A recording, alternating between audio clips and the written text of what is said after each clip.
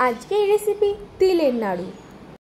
যেহেতু সামনেই পুজো আর এখন থেকে আমাদের শুরু হয়ে যায় নাড়ু, মুড়ি, মুড়কি।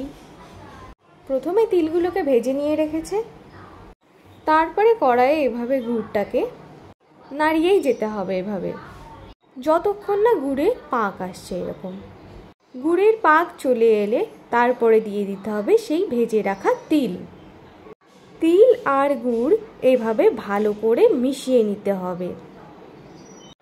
আমি নাড়ু পাকানোর ভিডিওটা নিতে পারিনি, কারণ মা আর আমি গরম গরম নাড়ু পাকাতে বসে গিয়েছিলাম। গরম থাকতে থাকতেই নাড়ুটা পাকিয়ে নিতে হবে, নইলে জমাট বেঁধে যাবে। নাড়ুগুলো পাকিয়ে নিয়ে সব শেষে একটা ভিডিও নিয়েছিলাম, সেই ভিডিওটি শেয়ার করেছি।